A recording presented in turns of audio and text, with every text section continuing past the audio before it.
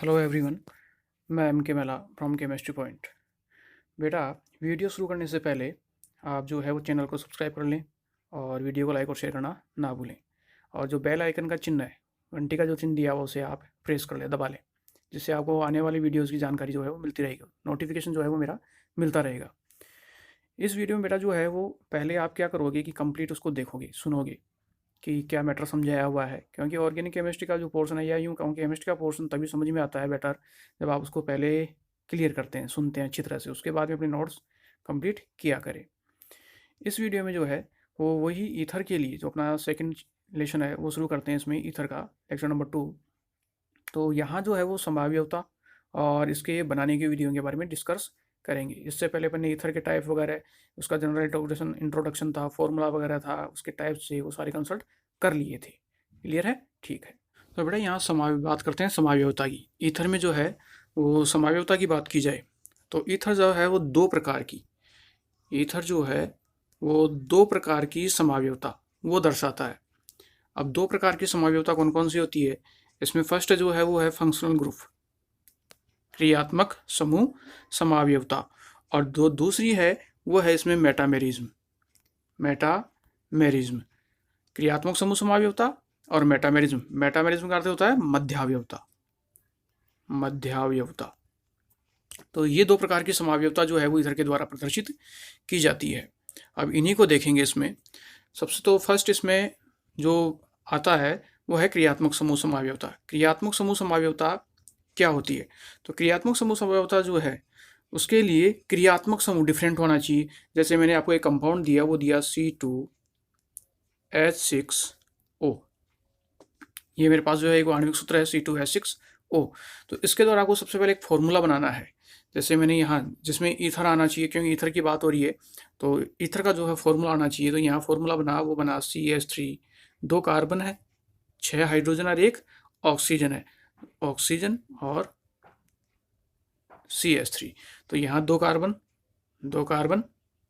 3 और 3, 6 हाइड्रोजन और 1 ऑक्सीजन। तो ये मेरा हो गया ईथर। अब इसका क्रियात्मक समूह समावयवी बनाना है। तो क्रियात्मक समूह समावयवी बनाने के लिए बेटा ये जो ईथर है ये दोबारा नहीं आना चाहिए, कुछ दूसरा क्रियात्मक समूह इसका वो होना चाहिए, और उस क्रियात्मक समूह में भी ये फॉर्मूला कंटेन रहना चाहिए। 2 ही कार्बन हो, 6 हाइड्रोजन हो और 1 ही ऑक्सीजन प्रेजेंट हो। तो इस कंडीशन के अंदर अगर मैं इसका क्रियात्मक समूह समावयवी बनाऊं तो यहाँ क्या किया जा सकता है, इसकी इन दो में से, इन दो ग्रुप में से 2 मैथिल समूह दिए हुए हैं, इनमें से आप किसी एक हाइड्रोजन को ऑक्सीजन को दे दो। तो जैसे ही एक हाइड्रोजन ऑक्सीजन को दोगे तो वो क्या बनेगा? OH, और ये रह जाएगा आपका CH2। तो क्रियात्मक समूह समावयवी हो जाएगा CH3, CH2 और ये OH। अब यहाँ देखो, ये ईथर ग्रुप था और ये क्या है? Alcoholic group. तो इस प्रकार इस यौगिक के द्वारा जो है वो क्रियात्मक समूह समावयवता प्रदर्शित की जाती है। तो फर्स्ट ये हो गई आपकी क्रियात्मक समूह समावयवता। सेकंड वन बात करें इसमें, तो जो मैंने बात की वो किसकी की? मध्यावयवता की। जो मध्यावयवी है वो आपको लेना है। तो एक मैंने आणविक सूत्र काम में लिया, वो लिया C4H10O। आपको इसकी समावयवता दर्शानी है। ये किस प्रकार समावयवता दर्शाएगा? तो यहाँ सबसे पहले आपको 4 कार्बन लेने हैं, 4 कार्बन, कार्बन कार्बन कार्बन, ठीक है, और कार्बन, ये कंपाउंड दिया हुआ है। अब ये 4 कार्बन है, इनके साथ 10 हाइड्रोजन होंगी। तो 3 हाइड्रोजन इसके पास, 3 हाइड्रोजन इसके पास, 6, 2 हाइड्रोजन इसके पास 8 और 2 हाइड्रोजन इसके पास 8। अब होनी चाहिए 1 ऑक्सीजन। तो यहाँ आप बीच में कहीं रख सकते हो इस जगह ऑक्सीजन, ठीक है। ये स्थिति कैसी हो गई? इसकी मध्यावयवी स्थिति हो गई। अब इस मध्यावयवी स्थिति में इसे दोबारा रीअरेंजमेंट कर देता हूं मैं। फॉर्मूला है C4H10O। तो यहां से क्या बनेगा? CH3 CH2O CH2 और CH3। क्लियर है? तो यहाँ कितना हो गया? 4 कार्बन हो गए, 10 हाइड्रोजन हो गई और 1 ऑक्सीजन हो गया। अब इसका ये यहाँ ईथर मध्यावयवी है, बिल्कुल केंद्र में है। तो अब इस ईथर की पोजीशन आप चेंज कर सकते हो। इस ईथर के इधर 2 कार्बन है, इसके इधर 2 कार्बन, आप इस ईथर को उठा के यहाँ इधर ले आओ या सेम इधर ला सकते हो, दोनों तरफ किसी एक तरफ ले आओ। तो मान लो अगर आप ईथर को इधर लेके जा रहे हो तो कंपाउंड क्या बन जाएगा, CH3CH2। ईथर को आप यहाँ इस पोजीशन पे रख रहे हो इन दोनों कार्बन्स के बीच में, तो ये हो गया CH2O और CH3। ये इसका दूसरा समावयवी हो गया। फर्स्ट, ईथर के दोनों तरफ कार्बन परमाणु की संख्या समान, ईथर बिल्कुल बीच में है। अब आप ईथर की जो है पोजीशन चेंज कर लो। इसमें जो है ये सम्मित अवस्था थी, अब ये क्या बन गया आपका असम्मित ईथर, जिसमें आप ईथर को दोनों तरफ मूव करवा सकते हो, किधर भी ले जा सकते हो। तो ये मेरा दूसरा समावयवी बन गया। अब यहाँ बेटा इसमें एक चीज़ और है कि क्या इसमें शाखन हो सकता है, इसकी श्रृंखला समावयवता बनाई जा सकती है। तो यहाँ क्या करोगे कि तो उस कंडीशन में कि आप इन दोनों ग्रुप में से CH2 में से किसी एक हाइड्रोजन को, जैसे मान लो कि आप इस कार्बन की एक हाइड्रोजन इस CH2 समूह को देते हो, तो ये CH2 समूह किस में कन्वर्ट हो जाएगा, CH3 में, और ये किसके नीचे पहुंच जाएगा, इस CH के नीचे। तो समावयवी जो बनेगा वो मेरा क्या बनेगा, कंडीशन क्या था, ये होगी क्या बना, CH3 CH2 CH2O CH3, ये समावयवी बनाया। तो आप इसकी एक हाइड्रोजन इसको दे रहे हो, तो कंपाउंड क्या हो गया, CH3 CH, ये तो रह गया CH, ये बन रहा है CH3, तो ये इसके नीचे हो गया CH3 और आगे O और CH3। ठीक है, तो इस तरीके से आपने एक सम्मित ईथर से दो असम्मित ईथर का निर्माण किया है। तो ये इसका तीसरा समावयवी। क्लियर। तो पहला समावयवी था सम्मित ईथर, और उसके बाद में ये दूसरा और तीसरा जो समावयवी है ये इसका है असम्मित ईथर। तो इस तरीके से ईथर के द्वारा जो है वो दो प्रकार की समावयवताएं हो गई, क्रियात्मक समूह समावयवता और इसकी मध्यावयवता। तो ये ईथर की दो प्रकार की समावयवताएं। अब नेक्स्ट वन इसमें आती है, वो आती है ईथर की संरचना और उसके बंध की बात, कि ईथर में जो है वो संरचना कैसी है, उसका बंध कोण कितना है, किस प्रकार का होगा। तो एक चीज़ यहाँ देखो बेटा, इसमें ईथर के लिए मैंने एक यौगिक लिया, जनरल जो अपने सिलेबस के अकॉर्डिंग बात करें, वो है मेरे पास CH3 CH2O CH2 और CH3, ये एक ईथर है, die ethyl ether. Die ethyl ether हो गया। इसमें इस ऑक्सीजन के पास क्या है, इस ऑक्सीजन के पास दो लोन पेयर हैं। अब इस ईथर में जो है ऑक्सीजन के पास लोन पेयर है, ये क्या है, बॉन्ड पेयर, एकाकी बंदी इलेक्ट्रॉन युग्म।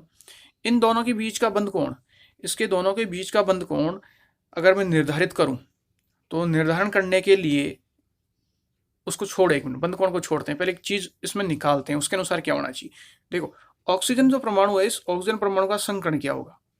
ऑक्सीजन परमाणु की अगर संकरण की बात करूं तो इसके पास ये लोन पेयर है, तो 1 सिग्मा, ये लोन पेयर है 2 सिग्मा, लोन पेयर 2 सिग्मा, एक ये 3 और एक ये 4, तो 4 सिग्मा है। तो ऑक्सीजन परमाणु का संकरण क्या हो गया, ऑक्सीजन परमाणु का संकरण हो गया sp3। ठीक है।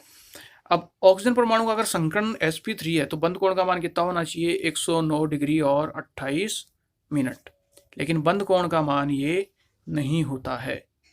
ठीक है। दूसरा, जब ये बंध कोण होता है 109 डिग्री 28 मिनट, तो ज्यामिति चतुष्फल की होती है, जो अपन ने sp3 संकरण वगैरह में पढ़ी है। तो यहाँ ज्यामिति जो है वो चतुष्फल भी नहीं है। तो यहाँ संकरण sp3 है, तो संकरण sp3 होने के कारण जरूरी नहीं कि बंध कोण का मान 109 डिग्री 28 मिनट हो। अब यहाँ क्या दिए हुए हैं, लोन पेयर। अब इन लोन पेयर में क्या होता है, प्रतिकर्षण बल, और प्रतिकर्षण बल होने के कारण ये बंध कोण को जो है वो फैला देता है, और यहाँ बंध कोण का मान जो बढ़कर हो जाता है 110 डिग्री। प्रतिकर्षण बल प्रभावी होने के कारण बंध कोण का मान 110 डिग्री हो जाता है। क्लियर है। तो ईथर में बंध कोण का मान 110 डिग्री। ईथर में ऑक्सीजन परमाणु का संकरण sp3, जिसमें 2 लोन पेयर है, 2 सिग्मा बंध है। थर्ड चीज कि ईथर में जो है इस डाई एथिल ईथर की जो संरचना है वो कैसी हो जाएगी, वी शेप, या यूं कह सकता हूं मैं कोणीय, उल्टे वी आकार की या फिर कोणीय। ये इसमें ज्यामिति का प्रकार होता है। ठीक है, याद रह जाएगा। ईथर में ऑक्सीजन परमाणु का संकरण क्या होगा, sp3। ईथर में बंध कोण का मान कितना होगा, 110 डिग्री। ईथर में जो है वो ज्यामिति कैसी होती है, कोणीय या उल्टे वी आकार जैसी। ये ईथर की संरचना और बंध की बात। नेक्स्ट वन अगला जो आता है वो आता है इसके बनाने की विधि।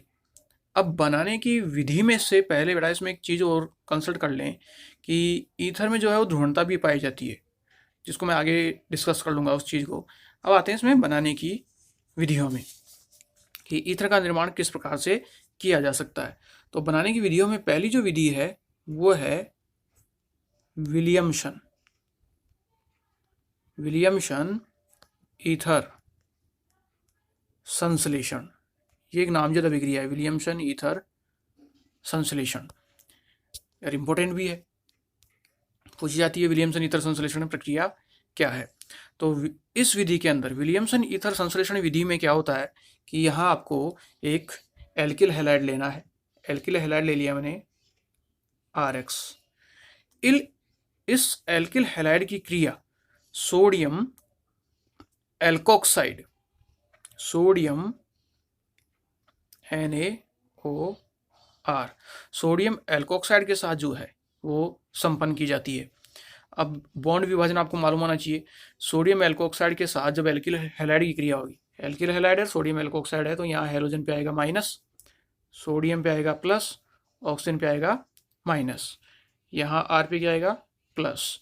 तो यहाँ से जब ये अभिक्रिया होगी तो ये सोडियम इस हेलोजन को लेकर बाहर निकलेगा, और हेलोजन को बाहर लेके निकलेगा तो R इस R के साथ क्या जुड़ेगा, ऑक्सीजन O और R। यहाँ डिफरेंट करने के लिए मैंने जो है वो R डैश कर लिया, ये R डैश प्लस बाहर क्या निकला Na और X, सोडियम हैलाइड। तो ये कंपाउंड जो है वो मेरा ईथर। अब ये R है और ये R डैश है, तो अपन पीछे डिस्कस कर चुके हैं टाइप, जो ईथर के टाइप पढ़े थे। उस टाइप के अंदर प्रकारों में क्या आया था कि जब दोनों भिन्न भिन्न हो तो वो ईथर कैसा होता है, असमित ईथर, या उसे कहा जाता है मिश्रित ईथर। ये प्रक्रिया कहलाती है विलियमसन ईथर संश्लेषण। इसको एग्जाम्पल के लिए अभिक्रिया के रूप में लेता हूँ। तो अभिक्रिया के लिए ले लिया मैंने एक हैलाइड है CH3Cl प्लस NaOCH2 और CH3, ये कंपाउंड है। तो यहाँ क्रिया होगी, तो अभिक्रिया होगी तो क्या बाहर निकलेगा Na और Cl, ये बाहर हो जाएगा। और जब NaCl बाहर हुआ तो क्या बचा CH3, ये OCH2 और CH3 प्लस NaCl, ये आपका ईथर। इस ईथर का नामांकन करोगे तो नामांकन में पीछे बता चुका हूँ। ऑक्सीजन, ये ईथर उस ग्रुप के साथ रहती है जिधर कार्बन परमाणु कम हो, तो ये ईथर इसके साथ रहेगा। तो ये तो जाएगा एल्कोक्सी, एक कार्बन है, एक कार्बन को बोला जाता है मेथेन। मेथेन में ऑक्सी जोड़ोगे तो जाएगा मेथॉक्सी। ये क्या है आपका एल्केन, कितने कार्बन है, दो कार्बन को बोला जाता है एथेन। तो यौगिक का नाम हो गया मेथॉक्सी एथेन, ठीक है। और इसका नामांकन मालूम ही है, ये हो गया मेथिल क्लोराइड। इसके नामांकन की बात की जाए तो इसके नामांकन में ये तो है सोडियम और ये 2 कार्बन है और ईथर जुड़ा हुआ है, तो 2 कार्बन को बोला जाता है एथेन और ईथर के साथ होता है ऑक्सी या एथोक्साइड सॉरी। तो ये हो जाएगा सोडियम एथोक्साइड, ये कंपाउंड सोडियम एथोक्साइड और ये मेथिल क्लोराइड। तो ये प्रक्रिया कहलाती है विलियमसन ईथर संश्लेषण प्रक्रिया। तो कॉमन अभिक्रिया मालूम होनी चाहिए, उसके बाद में आप R और R डैश कुछ भी ले सकते हो। सेकंड जो आती है इसमें बनाने में, और दूसरा एक चीज़ और बेटा, इसमें ऑब्जेक्टिव में आऊँ मैं और थ्योरेटिकल में भी पूछ लिया जाता है, इंपॉर्टेंट बात है ये, इंपॉर्टेंट कथन है ये वाला भी, कि जो ये अभिक्रिया थी RX प्लस, इसको यहीं डिस्कस कर लेते हैं, NaO और R डैश, ये माइनस था, ये प्लस था, ये माइनस था और ये प्लस था।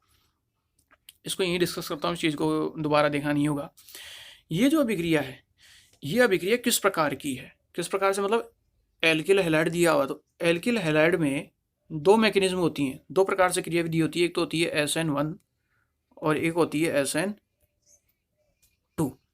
तो ये अभिक्रिया जो है, अब SN1 और SN2 इसको सम्मिलित रूप से क्या कहा जाता है, SN अभिक्रिया, नाभिक स्नेही प्रतिस्थापन अभिक्रियाएं, जो दो टाइप की होती हैं, SN1 और SN2। तो जो विलियमसन ईथर संश्लेषण अभिक्रिया है, ये नाभिक स्नेही प्रतिस्थापन अभिक्रिया होती है। पहली बात, पहला पॉइंट याद रखना, नाभिक विलियमसन ईथर संश्लेषण जो अभिक्रिया है वो नाभिक स्नेही प्रतिस्थापन अभिक्रिया होती है। अब वो बाद की बात है कि कौन कैसा क्या है। और नाभिक स्नेही प्रतिस्थापन अभिक्रिया कितने टाइप की होती है? दो टाइप की, SN1 और SN2। ये एल्किल हैलाइड में पड़ा हुआ है और वहाँ इसके डिफरेंस मेरे बताए हुए हैं कि इनमें क्या क्या अंतर होता है। अब यहाँ इस अभिक्रिया के लिए लागू करें तो एल्किल हैलाइड फिर मेरे पास जो है वो 1 डिग्री, 2 डिग्री और 3 डिग्री, 3 प्रकार का है। एल्किल हैलाइड 3 प्रकार का है, 1 डिग्री, 2 डिग्री और 3 डिग्री। अभी इस 1 डिग्री, 2 डिग्री और 3 डिग्री में से कौन सा एल्किल हैलाइड NaO और R' इसके साथ क्रिया कर ईथर का निर्माण आसानी से संपन्न करता है, ये आपको इसमें बताना है। तो कौन सा जो एल्किल हैलाइड है ये आसानी से क्रिया करेगा किसके साथ? सोडियम एल्कोक्साइड के साथ, और ईथर का निर्माण करे। तो कथन यहाँ ध्यान से सुनिए बेटा, अब जो बात बता रहा हूँ कि जो मुझे अगर मिश्रित ईथर का निर्माण करना है, मिश्रित ईथर का अर्थ क्या है?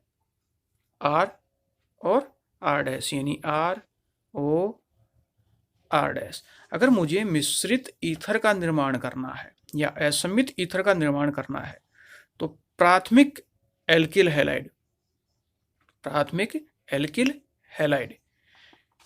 1 डिग्री एल्किल हैलाइड, ये प्राथमिक एल्किल हैलाइड जो है वो द्वितीयक या तृतीयक एल्किल समूह युक्त एल्कोक्साइड से क्रिया करेगा।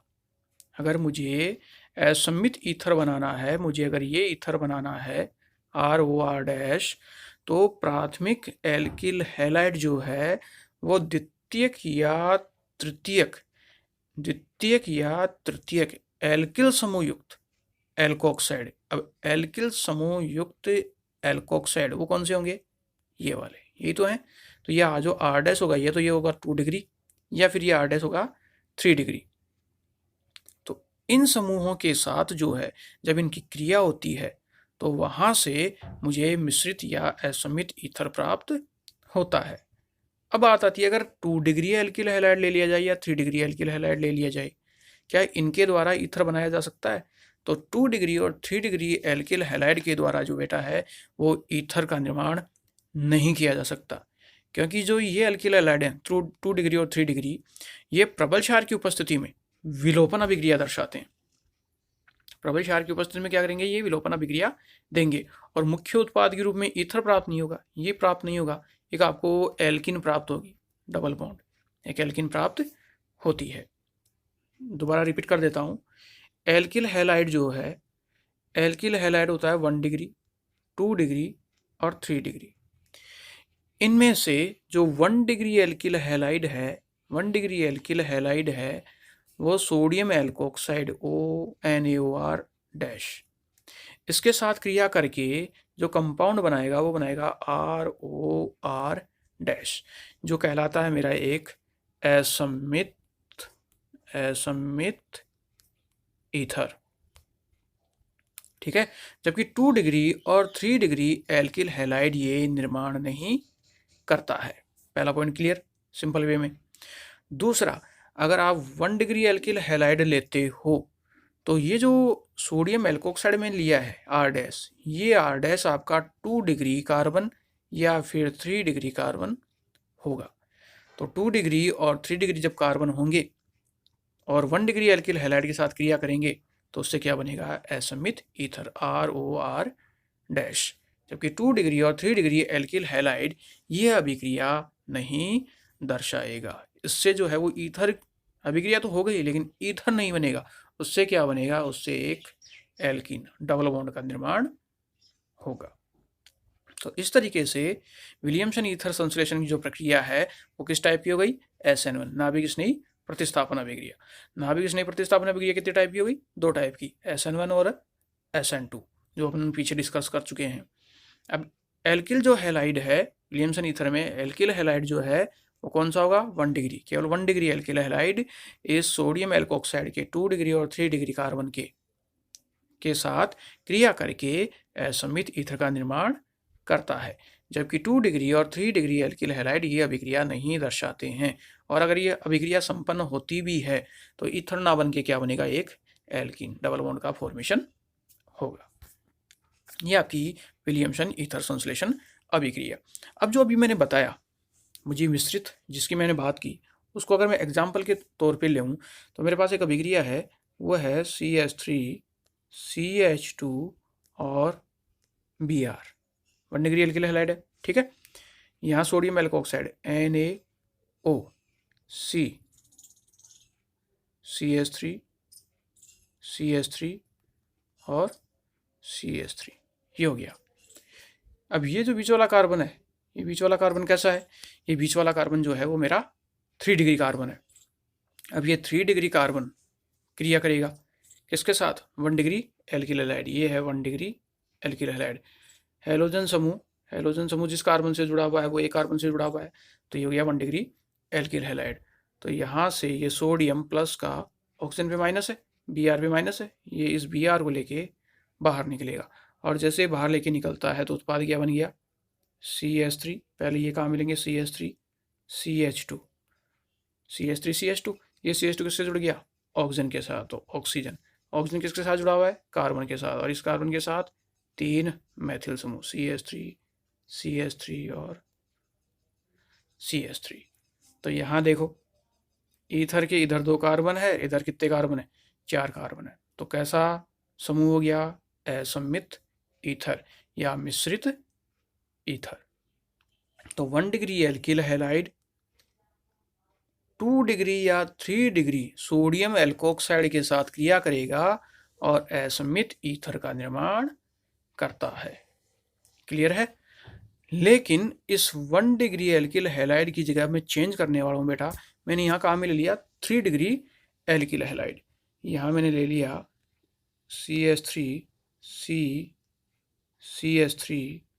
CH3 और Br प्लस, और इधर ले लिया मैंने NaO C2H5 एथिल समूह C2H5। अब ये है 3 डिग्री एल्किल हैलाइड और ये है मेरा 1 डिग्री। तो जब 3 डिग्री एल्किल हैलाइड हो तो क्या वो इस 1 डिग्री से क्रिया करेगा? क्रिया तो करेगा, लेकिन अब ईथर नहीं बनेगा। अब ईथर नहीं बनता है तो इसकी जगह क्या बनेगी? इसकी जगह जो है वह एक एल्कीन का निर्माण होगा। तो यहाँ से क्या होगा कि ये सोडियम ब्रोमाइड इसको लेके बाहर निकलेगा, सोडियम NaBr बाहर हो गया, और इन 2 मैथिल ग्रुप में से, इस वाले में से और इस ऊपर वाले से, नीचे या ऊपर वाले में से एक हाइड्रोजन बाहर निकलेगी, और वो हाइड्रोजन कौन लेगा? OH समूह। तो यहाँ से आपका एक तो बनेगा NaBr प्लस C2H5OH। जैसे ऊपर वाले की एक हाइड्रोजन बाहर निकल गई और इस ग्रुप ने ले ली ऑक्सीजन ने, तो वो बना दिया C2H5OH। तो जैसे यहाँ से हाइड्रोजन बाहर निकली तो यहाँ इसी का क्या बन जाएगा? डबल बॉन्ड, और उत्पाद हो जाएगा मेरा CH3 डबल बॉन्ड CH2। तो इस तरीके से जो है वो एक एल्कीन का जो है वो फॉर्मेशन होता है। क्लियर? तो ऊपर जो थ्योरेटिकल पोर्शन देखा था उसकी रासायनिक अभिक्रिया इस प्रकार से दी जा सकती है। इसके नेक्स्ट वन, अगली जो मैं बात करता हूँ वो अभिक्रिया है निर्माण की। वो आता है इंडस्ट्रियल मेथड, औद्योगिक विधि में वो काम में आती है, और वो है एल्कोहलों का निर्जलीकरण। एल्कोहलों का निर्जलीकरण। अब एक बात और है बेटा, ये पीछे भी पढ़ चुके हैं। निर्जलीकरण की प्रक्रिया किसके साथ संपन्न होती है? निर्जलीकरण की प्रक्रिया जो है वो या तो सांद्र H2SO4 इसकी उपस्थिति में होगी या Al2O3 की उपस्थिति में संपन्न होती। टेम्परेचर जो है वो हाई रखा जाता है या लो रखा जाता है। जब हाई रखा जाएगा तो क्या बनेगा? लो रखा जाता है तो क्या बनता है? तो यहाँ निर्जलीकरण की अभिक्रिया को देखते हैं। तो एक ईथर काम में लिया मैंने, सॉरी एक एल्कोहल काम में लिया, वो एल्कोहल है मेरा CH3 CH2OH। अब इसके दो पार्टिकल्स लिए मैंने, OH CH2 और CH3। अब ये अभिक्रिया बेटा जो है वो दो प्रकार से संपन्न होती है, दोनों ही इंपॉर्टेंट है और बहुत बारीक चीज़ है ये, जहाँ अमूमन अपन ध्यान नहीं देते हैं। उसमें एक शर्त डाली जाती है। अब उत्प्रेरक तो मुझे मालूम हो गया कि ये सांद्र H2SO4 की उपस्थिति में हो रही है। निर्जलीकरण के सबसे ज़्यादा ये उत्प्रेरक प्रयुक्त होता है, सांद्र H2SO4 निर्जलीकारक है। तो एल्कोहल के दो अणु है, नाम भी है निर्जलीकारक, जल का अणु बाहर निकलेगा, तो जल का अणु बाहर निकाल दिया। लेकिन यहाँ एक शर्त और ऐड कर दी कि अगर इस अभिक्रिया का ताप अगर 523 केल्विन रखा जाए तो क्या बनेगा, और अगर इसका ताप इससे ज़्यादा बढ़ा दिया जाए तब क्या बनेगा। ऐसी दो स्थितियाँ होंगी, यानी निम्न ताप पे तो क्या बनता है और उच्च ताप पर क्या प्राप्त होगा। तो बेटा यहाँ ये चीज़ ध्यान रखो कि जब भी एल्कोहल निम्न ताप पर क्रिया करेगा सांद्र H2SO4 की उपस्थिति में, टेम्परेचर कम होगा, तो उस कंडीशन के अंदर निर्जलीकारक जल का अणु तो बाहर निकलेगा ही निकलेगा, तो जल का अणु तो बाहर निकलता है, लेकिन जब टेम्परेचर निम्न होता है तो एल्कोहल के दो अणु काम में आते हैं, एक मोल ये और एक मोल ये, दो अणु काम में आएंगे। और यहाँ से किसी एक समूह का OH और दूसरे की जो है वो H, इसको यूँ ले लो OH, इसको कर लो H, और दूसरे की H, ये बाहर निकलती है H2O के रूप में, और उत्पाद हो गया CH3CH2। इसकी H बाहर निकली तो यहाँ क्या रहेगी, ऑक्सीजन O, CH2 और CH3। ठीक है, किसका निर्माण हो गया, ईथर का, डाई एथिल ईथर या एथॉक्सी एथेन। तो दोबारा रिपीट करता हूँ बेटा, पॉइंट ध्यान रखना कि जब भी एल्कोहलों की निम्न ताप पर सांद्र H2SO4 की उपस्थिति में अभिक्रिया होती है तो उससे किसका निर्माण होगा, ईथर का। और उस कंडीशन में एल्कोहल के कितने अणु भाग लेंगे, एल्कोहल के दो अणु भाग लेते हैं। लेकिन अगर यही अभिक्रिया उच्च ताप पर संपन्न हो, ताप का मान बढ़ा दिया जाए, तो जब आप ताप का मान बढ़ाओगे तो उस अवस्था में केवल एल्कोहल का एक अणु ही भाग लेगा, CH3CH2OH, और टेम्परेचर जो है वो लगभग अप्रॉक्सीमेट, याद नहीं रहता कोई बात नहीं, लेकिन टेम्परेचर क्या रहेगा, ऊपर अबाव ज़्यादा रहेगा पिछले वाली कंडीशन से। अगर इस कंडीशन में है तो इस कंडीशन में है तो इसको यूँ ले सकता हूँ बेटा कि CH3 को लिखा मैंने CH2 और H, ये CH3 है, CH2 और OH, ये हो गया 653 केल्विन पे, 653 केल्विन पे। उत्प्रेरक कौन सा है, वही सांद्र H2SO4। तो अब मैंने ताप बढ़ा दिया है, T जो है वो बढ़ा दिया है, ताप बढ़ाया, तो यहाँ से इसका H और इसका OH ये बाहर निकलेगा, किसके रूप में, H2O के रूप में। अब ये सिग्मा और ये सिग्मा मिलकर यहाँ क्या बनाएगा, पाई बंद, तो उत्पाद हो गया CH2 डबल बॉन्ड CH2, तो क्या बन गई, एक एल्कीन। तो डिफरेंस मालूम हो गया। तो जब एल्कोहलों के लिए निम्न ताप रखा जाता है तो एल्कोहल के दो अणु काम में आएंगे, उससे क्या बनेगा, ईथर। लेकिन उसी अभिक्रिया में अगर टेम्परेचर का मान बढ़ा दिया, जैसे इस अभिक्रिया में, तो टेम्परेचर का मान बढ़ा तो उस अवस्था में केवल एल्कोहल का एक ही अणु काम में आएगा और उससे जो उत्पाद मुझे मिलेगी वो मिलेगी मुझे एक एल्कीन। तो ये एग्जाम में पॉइंट दिया जाता है, इसमें कन्फ्यूजन क्रिएट हो जाता है कि टेम्परेचर हाई है कि लो है, इसलिए शब्द भी अगर आपको टेम्परेचर का मान नहीं दिया तो वहाँ ये लिखा हुआ मिलेगा उच्च ताप या निम्न ताप। इसको बेसिकली क्वेश्चन में रूप में इस तरीके से दे सकता है कि यहाँ आपको लिख के दे दिया CH3CH2OH, ठीक है, और यहाँ दे दिया उच्च ताप और नीचे दे दिया सांद्र H2SO4 और आगे लगा दिया क्वेश्चन मार्क, या लिख के दे दिया ABC, और वो कहता है कि आपको उपरोक्त रासायनिक समीकरण को पूर्ण कीजिए या रासायनिक अभिक्रिया को पूर्ण कीजिए, किसी भी तरीके से आगे A लगा दिया, क्वेश्चन मार्क लगा दिया, कुछ भी। तो आपको ये कंडीशन पढ़नी है कि किस कंडीशन में है, उच्च ताप है कि सांद्र H2SO4, तो जैसे सांद्र H2SO4 आया तो दिमाग में आना चाहिए निर्जलीकरण की अभिक्रिया होगी। अभी कन्फ्यूजन यहाँ हो जाता है कि उच्च ताप है कि निम्न ताप है। तो निम्न ताप है तो इस एल्कोहल के कितने अणु काम मिले होंगे? 2, और उससे क्या बनेगा? ईथर। और उच्च ताप आ गया तो ईथर नहीं बनता है। एल्कोहल का केवल कितना? एक अणु काम में आता है और उससे क्या बनती है? एक alkene, double bond C, double bond C, alkene का निर्माण होता है। तो इस तरह के क्वेश्चन यहाँ से जो है वो पुटअप होता है, पूछा जाता है। तो ये जो अभिक्रिया कहलाती है, ये अभिक्रिया कहलाती है आपकी औद्योगिक विधि। दूसरा, सांद्र H2SO4 के अलावा इसमें Al2O3 ये उत्प्रेरक भी आपको दिया जा सकता है। ठीक है, सांद्र H2SO4 हो सकता है या फिर आपका Al2O3, इसे कहते हैं एलुमिना। ये कंपाउंड है आपका एलुमिना। तो एलुमिना की उपस्थिति में हो, टेम्परेचर वही रहता है 573 अप्रोक्सीमेट, यानी निम्न ताप, और उच्च ताप 653 के आसपास। तो इस कंडीशन में बनने वाले उत्पाद भी अलग अलग होंगे। तीसरी जो अभिक्रिया की बात आती है बेटा इसके अंदर मेथड ऑफ प्रिपरेशन में, बनाने की विधियों में, वो आती है सिल्वर ऑक्साइड Ag2O इसके साथ। लेकिन ये सिल्वर ऑक्साइड किस प्रकार का होना चाहिए? ड्राई, सूखा, शुष्क होना चाहिए। जब शुष्क सिल्वर ऑक्साइड की अभिक्रिया आप एल्किल हैलाइड से कराओगे, इसकी अभिक्रिया किससे करवाई जाती है? एल्किल हैलाइड के साथ। ये बेटा जो है वो एल्किल हैलाइड में पड़ी हुई सारी चीज़ें एल्किल हैलाइड में पड़ी हुई ही आ रही हैं, वापस वही रिपीट हो रही हैं।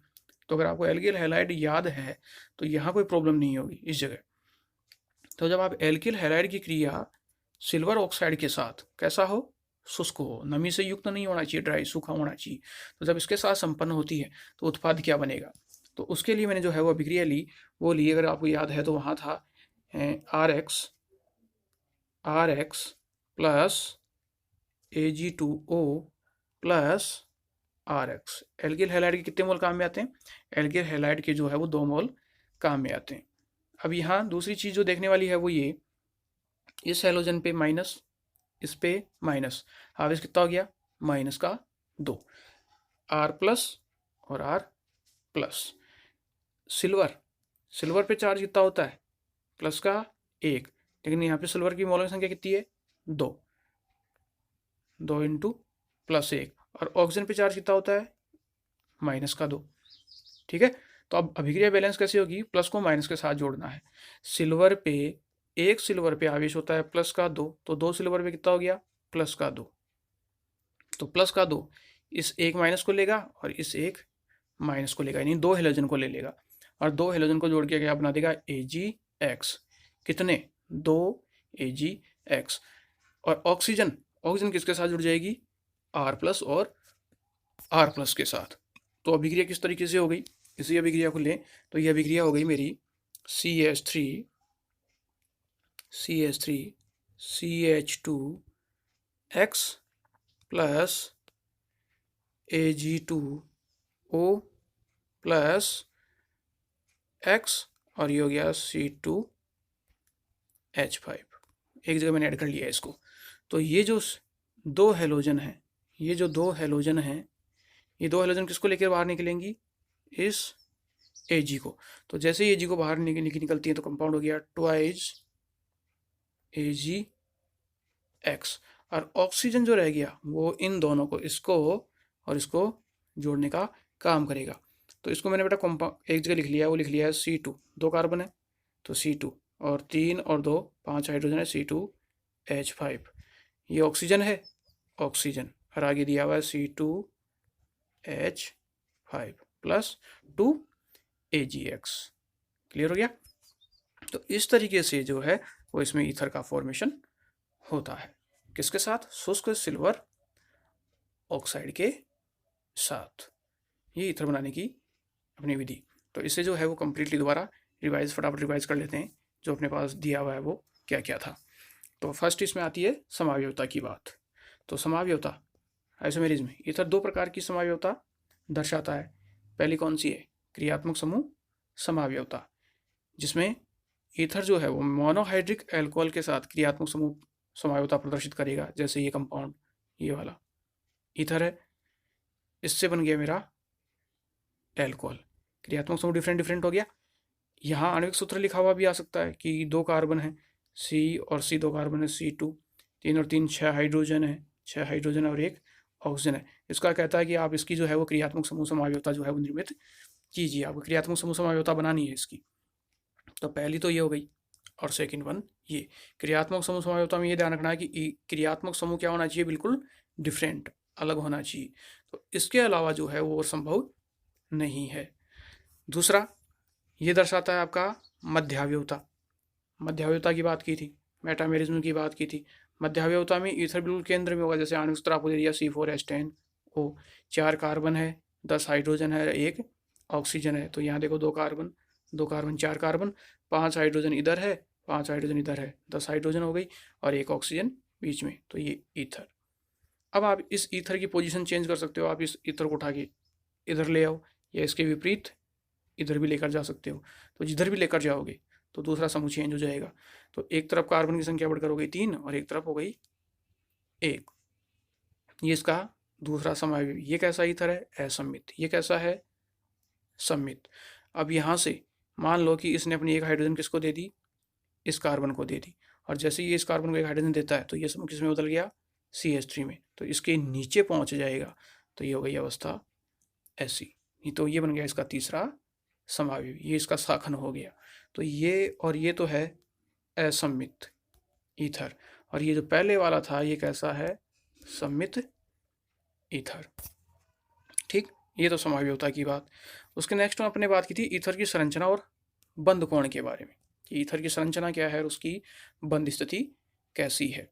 तो यहाँ बेटा मैं एक पॉइंट जो बोलने वाला हूँ, वो जो इसकी मैं बात करने वाला हूँ, वो ये जो हाँ जनरली पूछी जाती है, ईथर में जो है वो ऑक्सीजन परमाणु का संकरण कैसा है, sp3, जिसमें इसके पास 2 लोन पेयर, 1 लोन पेयर ये, 1 लोन पेयर ये, तो एक लोन पेयर का 1 सिग्मा, तो ये 1 सिग्मा ये और 1 सिग्मा ये, तो कुल कितने हो गए इसके पास, 4 सिग्मा, और 4 सिग्मा है तो संकरण क्या हो गया, sp3।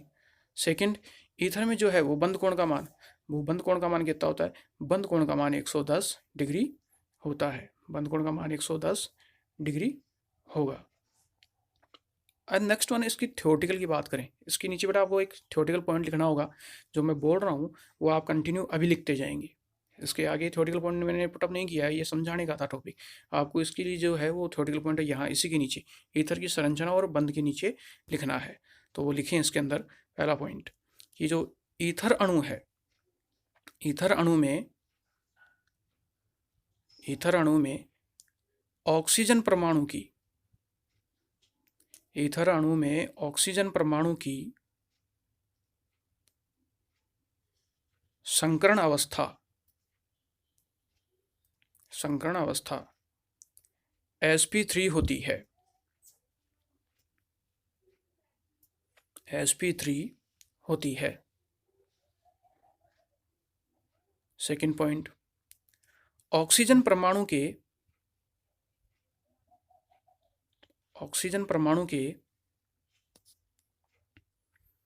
2 संकृत कक्षक, ऑक्सीजन परमाणु के 2 संकृत कक्षक 2 एथिल समूहों के साथ, 2 एथिल समूहों के साथ सिग्मा बंध बनाने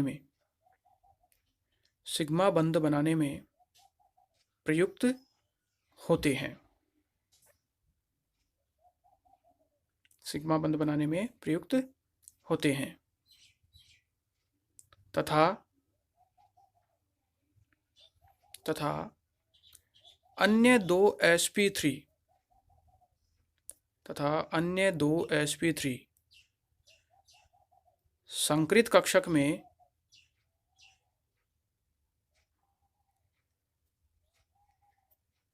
एकाकी इलेक्ट्रॉन युग्म उपस्थित होते हैं,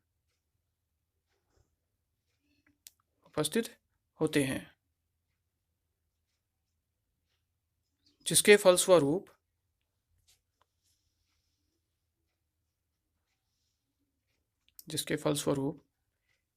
इनके मध्य प्रतिकर्षण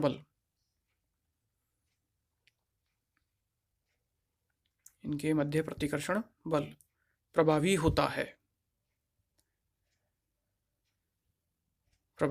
होता है। अतः ईथर में बंद कोण का मान, ईथर में बंद कोण का मान 109 डिग्री और 28 मिनट, 109 डिग्री 28 मिनट के स्थान पर, के स्थान पर 110 डिग्री का, 110 डिग्री का हो जाता है, हो जाता है। क्लियर है? तो ये इसकी ईथर की जो संरचना और बंद स्थिति। इसके नेक्स्ट में अपने बात की थी वो बनाती इसकी बनाने की विधियों में। तो बनाने की विधियों में पहली थी विलियमसन ईथर संश्लेषण, बहुत इंपॉर्टेंट रिएक्शन है बेटा, काफ़ी पूछी हुई है एग्जाम के अंदर। तो विलियमसन ईथर संश्लेषण के अंदर क्या करना है, आपको एक एल्किल हैलाइड लेना है RX, उस एल्किल हैलाइड की क्रिया किससे कराओगे, सोडियम एल्कोक्साइड के साथ। तो यहाँ जो सोडियम है वो हेलोजन को लेके बाहर निकलेगा, X के ऊपर क्या आता है माइनस, NaX के रूप में बाहर, और शेष बच गया R और R डैश। जैसे उदाहरण के लिए मैंने RX की जगह ले लिया एथिल आयोडाइड CH3CH2I, और NaOR की जगह ले लिया मैंने सोडियम एथोक्साइड R डैश ले लिया CH2 और CH3। जब इसकी क्रिया हुई तो NaI बार, सोडियम आयोडाइड को लेके बाहर, और बाकी सब जुड़ जाएगा, और ये कंपाउंड हो गया एथोक्सी एथेन। ये आपकी विलियमसन ईथर संश्लेषण। अब इसमें मैंने कुछ कंडीशन बताई थी कि क्या क्या कंडीशंस है। वो पहली कि ये जो विलियमसन ईथर संश्लेषण है ये कैसी है, एक नाभिक स्नेही प्रतिस्थापन अभिक्रिया है, यानी SN1 अभिक्रिया है, जो दो टाइप की है, SN1 और SN2 टाइप की, तो ये यहाँ डिस्कस नहीं करेंगे। दूसरा कि अगर मुझे मिश्रित ईथर का निर्माण करना है तो मेरा जो एल्किल हैलाइड होगा RX होगा वो कैसा होगा, प्राथमिक एल्किल हैलाइड। और इस प्राथमिक एल्किल हैलाइड की क्रिया में किससे कराऊंगा, द्वितीयक या तृतीयक एल्किल समूहयुक्त एल्कोक्साइड से। और जब इसके साथ इसकी क्रिया होती है तो वहाँ से मुझे जो है वो मिश्रित ईथर मिलता है, क्योंकि द्वितीयक और तृतीयक एल्किल हैलाइड प्रबल क्षार की उपस्थिति में विलोपन अभिक्रिया देता है। तो केवल यहाँ पे 1 डिग्री एल्किल हैलाइड ही प्रयुक्त होता है, 2 डिग्री एल्किल हैलाइड इसलिए प्रयुक्त नहीं होता है क्योंकि वहाँ पे अभिक्रिया कौन सी हो जाएगी, विलोपन। और विलोपन अभिक्रिया होगी तो उत्पाद क्या बन जाएगा, एक एल्किन। ईथर नहीं बनेगा, उससे क्या बन जाएगी, एल्किन बन जाएगी, जो मैंने पीछे आपको ऊपर अभिक्रिया में समझाया था।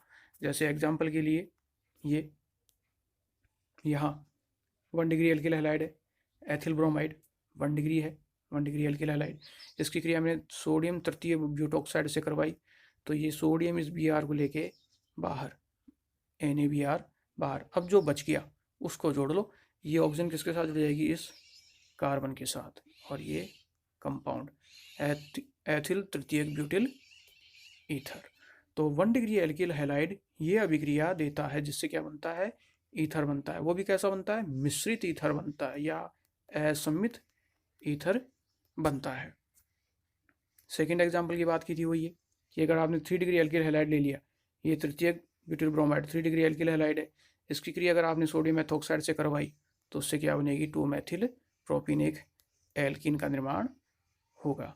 बाहर क्या निकलता है, ये सोडियम ब्रोमीन को लेके बाहर निकलेगा NaBr, और इसकी इन दो में से किसी एक की हाइड्रोजन कौन ले लेगा, ये ऑक्सीजन, और बना देगा C2H5OH। और जैसे हाइड्रोजन बाहर गई तो यहाँ क्या बन जाएगा आपका द्विबंध। तीसरी अभिक्रिया जो बात की थी अपन ने, नेक्स्ट वन, वो थी एल्कोहलों का निर्जलीकरण, जो एक क्या है उसकी औद्योगिक विधि भी है। निर्जलीकरण जो है वो आप Al2SO4 की Al2O3 की उपस्थिति में करवा सकते हो, या सांद्र H2SO4 ये भी प्रयुक्त कर सकते हो। तो उसकी उपस्थिति में होगा तो किसी एक का OH और दूसरे की हाइड्रोजन, ये H2 के रूप में बाहर, H2 के रूप में बाहर, और ये ऑक्सीजन इसके साथ जुड़ जाएगी, कंपाउंड बन गया एथोक्सी एथेन। लेकिन अगर मैंने ताप यहाँ कम रखा है, ताप अगर मैंने बढ़ा दिया, उत्प्रेरक वही है, ताप अब ज़्यादा हो गया, तो ताप ज़्यादा होगा तो एल्कोहल का केवल एक अणु भाग लेगा, और वहाँ से ये H2O बाहर, और ये 2 सिग्मा मिलकर यहाँ क्या बना देंगे, पाई1। तो क्या बन गई आपकी एक एल्किन। तो निम्न ताप पर दो एल्कोहल के 2 अणु और उत्पाद क्या, ईथर। लेकिन ताप बढ़ा दिया तो एल्कोहल का एक अणु और उत्पाद क्या, एक एल्कीन। ये एल्कोहलों का निर्जलीकरण। और आखिरी जो अभिक्रिया थी वो थी अपने पास शुष्क सिल्वर ऑक्साइड के साथ। किसकी क्रिया कराओगे, एल्किल हैलाइड की। तो एक एल्किल हैलाइड ले लिया मैंने, जैसे एथिल आयोडाइड, ये मेरा शुष्क सिल्वर ऑक्साइड। तो यहाँ 2 मोल काम आते हैं एल्किल हैलाइड की। तो ये 2 सिल्वर जो हैं वो 2 आयोडीन को लेकर बाहर निकलती हैं 2 AgI के रूप में, और ये ऑक्सीजन इस ग्रुप को और इस ग्रुप को जोड़ती है। ये आपका उत्पाद डाई एथिल ईथर या एथॉक्सी एथेन। क्लियर है? इसकी जो आगे की विधियां हैं बनाने की वो अपन नेक्स्ट वीडियो में कंसल्ट करेंगे। यहाँ तक आप इन अभिक्रियाओं को दोबारा रिवाइज करें। और बेटा एक रिक्वेस्ट है, आप बारी बारी से जो मैं कहता हूँ कि आप वीडियो को पहले कंप्लीट देखा करो, तभी समझने का और पढ़ने का अर्थ है, नहीं कोई औचित्य नहीं, कोई अर्थ नहीं है। ठीक है।